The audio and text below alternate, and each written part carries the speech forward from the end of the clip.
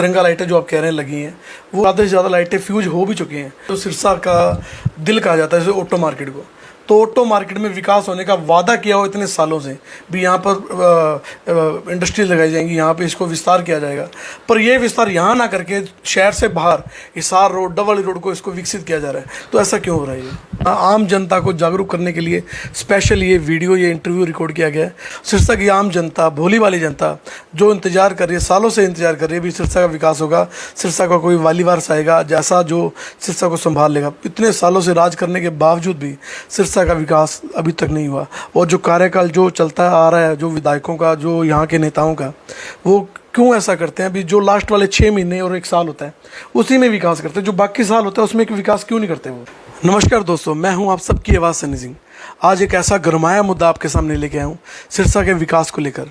सिरसा में अब तक इतने सालों तक जिनका शासन रहा है और सिरसा का विकास किस हद तक नहीं हो पाया, वो बताने के लिए, वो उस बात पर चर्चा करने के लिए आज एक ऐसे पार्षद प्रतिनिधि से रूबरू हो रहे हैं जिन्होंने अपने कार्यकाल में अपने वार्ड का पूरा अच्छे तरीके से विकास किया, परंतु जो बाकी वार्डों के साथ जो मतभेद हो रहा है और वार्ड का विकास नहीं हो पा रहा, वो क्यों नहीं हो पा रहा, उस बात पे चर्चा करेंगे। ऐसे एक दबंग पार्षद प्रतिनिधि से, गोपीराम सैनी जी से, सोनू सैनी जी से आप मिलवाते हैं। हाँ जी सर, राम राम। राम राम मेरे भाई। सबसे पहले तमाम समर्थकों जो सन्नी सिंह की आवाज़, सबकी आवाज़ से जुड़े हुए हैं, सबसे पहले उनको मैं राम राम, नमस्कार। भाई, सिरसा का विकास नहीं, विनाश हो रहा है। मात्र 7 साल नगर परिषद को हो चुके हैं, जहां MP MLA के चुनाव 6 महीने में यदि हो जाते हैं, लेट हो जाते हैं, तो संविधान के अनुसार उन्हें 6 महीने के अंदर कराने पड़ते हैं। लेकिन इतनी तानाशाही सरकार आ चुकी है, सिरसा के अंदर नगर परिषद के चुनाव को मात्र पौने 2 साल हो चुके हैं, लेकिन अभी तक इन्होंने चुनाव की कोई प्रक्रिया चालू नहीं की। चुनाव कब होने हैं, कब नहीं होने, कि सिरसा के लोगों को एक विकास के अग्रसर की ओर ले चले। लेकिन यहाँ स्थानीय नेता के नाम पर सिर्फ ढकोसले हुए जा रहे हैं, सिरसा को लूटा जा रहा है। चाहे आप किसी भी बात को लेकर प्रॉपर्टी ID को लेकर देख लीजिए, चाहे पेंशनों को लेकर देख लीजिए, चाहे रजिस्ट्री को देख लीजिए। तो कार्यकाल जो जैसे MC का कार्यकाल 5 साल का होता है और लगभग 7.5 साल हो चुके हैं, तो इसमें कहीं ना कहीं कोई भ्रष्टाचार या ऐसा कुछ दिख रहा है आपको? बिल्कुल, आप देखिए भ्रष्टाचार, ये जो तिरंगा लाइटें लग रही है, सबसे बड़ा भ्रष्टाचार तो यहीं से उजागर होके आ रहा है।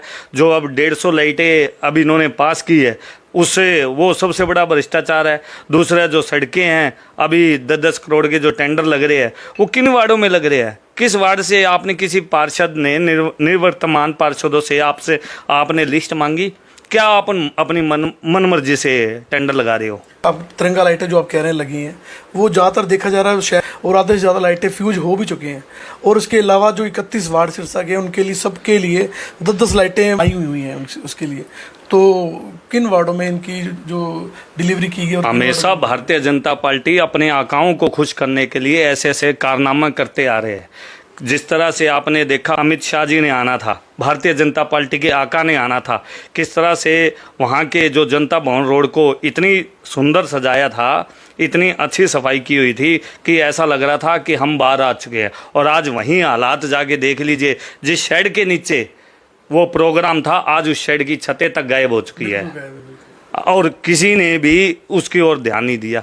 क्या बात, आका गए, देश हमारा जो सिरसा का विकास है वो विनाश हो गया। किसी ने इस चीज़ की आवाज़ नहीं उठाई। तो ये जो चर्चा कर रहे हैं हम शहर के विभिन्न मुद्दों पे कर रहे हैं, जो सिरसा का विकास विनाश होकर रह गया है।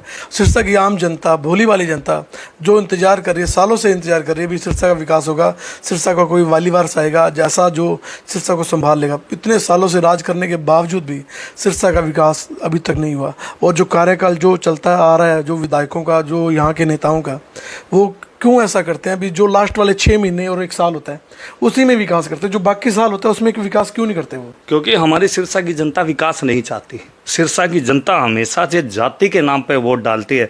यदि कोई पंजाबी खड़ा है तो वो जाति के नाम पे वोट मांगेगा, यार मेरी पंजाबी जाति है तो उसी मैनू वोट पाओ। यदि कोई बानिया खड़ा है, यार तू मैंने वोट दे। कोई बानियों खड़े है तो बानिया आपकी जात का नाम पर वोट मांगोगे। लेकिन सिरसा के लोग अब अब जाग चुके हैं। वो जात के नाम पे वोट नहीं देंगे, सिर्फ और सिर्फ विकास के नाम पे वोट देंगे। जिन्होंने 25 साल हमारे सिरसा शहर को पीछे किया, ना उनको देंगे, ना जो अब मौके पे वर्तमान जो भी है ना उनको देंगे। लोगों के बीच में नया चेहरा होगा, नई आवाज़ होगी, नया आगाज होगा। तो बहुत अच्छी बात की इन्होंने। जनता को खुद सोचना पड़ेगा। सिरसा का अगर विकास चाहते हैं तो ऐसा प्रतिनिधि चुनना पड़ेगा जो सिरसा के बीच में रहे और सिरसा की आम जनता का दुख समझे, और सिरसा का विकास तभी पॉसिबल है।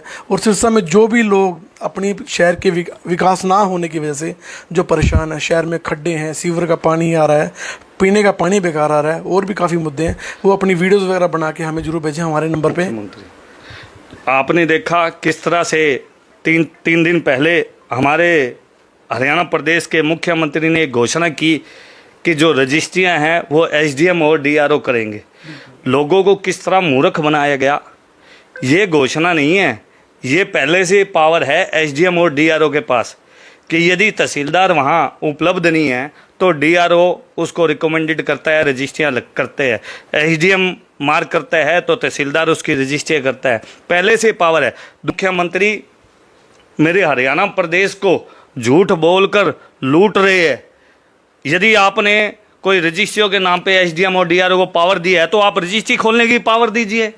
किस तरह से सिरसा जिला आज लगभग 3 सालों से 3 से ज़्यादा अधिक समय हो चुका है, रजिस्ट्रियाँ बंद पड़ी है, रजिस्ट्रियाँ खोलने का नाम नहीं ले रहे। जिस तरह से एक याशी कंपनी को प्रॉपर्टी आईडी के नाम पर एक ठेका दिया गया था कि आपको पूरे हरियाणा प्रदेश के अंदर प्रॉपर्टी अलॉटमेंट करनी है, किस तरह से उसके अंदर बहुत बड़ी घपलाबाजी लूट आई है। आपने उनके नाम पे चेक भी इशू कर दिए और नए नए कैंप लगाए जा रहे हैं। अभी आज प्रॉपर्टी आईडी यहाँ ठीक होगी, यहाँ ठीक होगी। आपको ऐसा काम पहले सोचना चाहिए था, क्यों काम कर रहे हो। प्रॉपर्टी आईडियाँ लोगों को पहले तो लाइन में लगा दिया जी, ठीक करवाओ जी, उसके बाद फिर सॉफ्टवेयर उड़ गया जी, फिर ठीक। आपके पास ऑनलाइन और ऑफलाइन दोनों रिकॉर्ड होना चाहिए। यदि वर्ब मैनुअल आपके पास रिकॉर्ड है तो आपके कर्मचारी यदि सॉफ्टवेयर उड़ चुका है तो मैनुअल से उसको चक के उसका काम कीजिए। हमारे देश का दुर्भाग्य है, प्रदेश का दुर्भाग्य है, हमने ऐसी निकम्मी सरकार दे दी कि जिसको ना तो ए का पता है ना जेड का पता है। अब पब्लिक को सोचना है आने वाले चुनाव में हमें किसको सत्ता देनी है, किसको नहीं देनी है। धन्यवाद। एक मुद्दा और मैं पूछना चाहूँगा, जो सिरसा का दिल कहा जाता है जैसे ऑटो मार्केट को, तो ऑटो मार्केट में विकास होने का वादा किया हो इतने सालों से भी यहाँ पर इंडस्ट्री लगाई जाएंगी, यहाँ पे इसको विस्तार किया जाएगा, पर ये विस्तार यहाँ ना करके शहर से बाहर हिसार रोड, डबल रोड को इसको विकसित किया जा रहा है, तो ऐसा क्यों हो रहा है ये? मेरे भाई, आपने देखा अमित शाह जी आए थे, अमित शाह ने जे स्टेज के ऊपर कहा था कि सिरसा के अंदर हमने एक मेडिकल कॉलेज दे दिया। अमित शाह जी से पूछने वाला होना चाहिए, आप धरातल पे जाइए, केवल कागजों के ऊपर बात ना कीजिए, आप धरातल पे जाइए, क्या वहाँ पे मेडिकल कॉलेज बन के तैयार हो चुका है? आप कहते हो मेडिकल कॉलेज के टेंडर अलॉटमेंट हो चुके हैं, यदि अलॉटमेंट हो चुके हैं तो कार्य क्यों नहीं हुए? आपने एक साथ भिवानी और सिरसा के अंदर मेडिकल कॉलेज की घोषणा की थी, लेकिन भिवानी के अंदर मेडिकल कॉलेज बन के तैयार भी हो गया, वहाँ क्लासें भी स्टार्ट होगी, लेकिन सिरसा के अंदर हमने, सिरसा के लोगों ने क्या पाप किया? अभी तक एक ईंट तक नहीं लगी।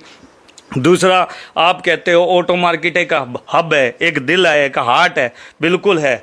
ऑटो मार्केट जिस तरह से बनाई गई थी वो कागजों में बिल्कुल साफ़ सुथरी दिखाई दे रही है। आप देखिए वहाँ एक पेट्रोल पंप भी है, आप देखिए वहाँ पार्क भी है, सुंदर पार्क भी है। सिर्फ कागजों के अंदर देखिए, धरातल पे मत देखिए। यदि धरातल पे जाओगे आपको 100 बीमारियाँ लग जाएगी। जब जाओगे इतने तो खड्डे हैं, उस खड्डों को भरवाने के लिए कागजों में पैसे जरूर लगा दिए गए, लेकिन धरातल पर नहीं लगाए गए।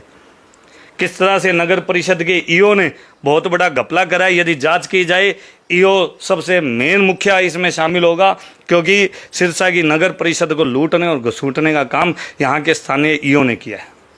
तो जैसे आपने सुना, आम जनता को जागरूक करने के लिए स्पेशल ये वीडियो, ये इंटरव्यू रिकॉर्ड किया गया है। आप इस वीडियो को ज़्यादा शेयर करना और अपनी क्या राय है कमेंट करके जरूर बताना। इस वीडियो को ज़्यादा शेयर करना, और जिन लोगों को सिरसा के विकास ना होने से परेशानी है, हमें उस मुद्दे की, उस जगह की वीडियो बनाकर जरूर भेजें। हमारे नंबर पर मैसेज करना 8815 018। इस वीडियो को ज़्यादा से ज़्यादा शेयर करना। धन्यवाद, शुक्रिया।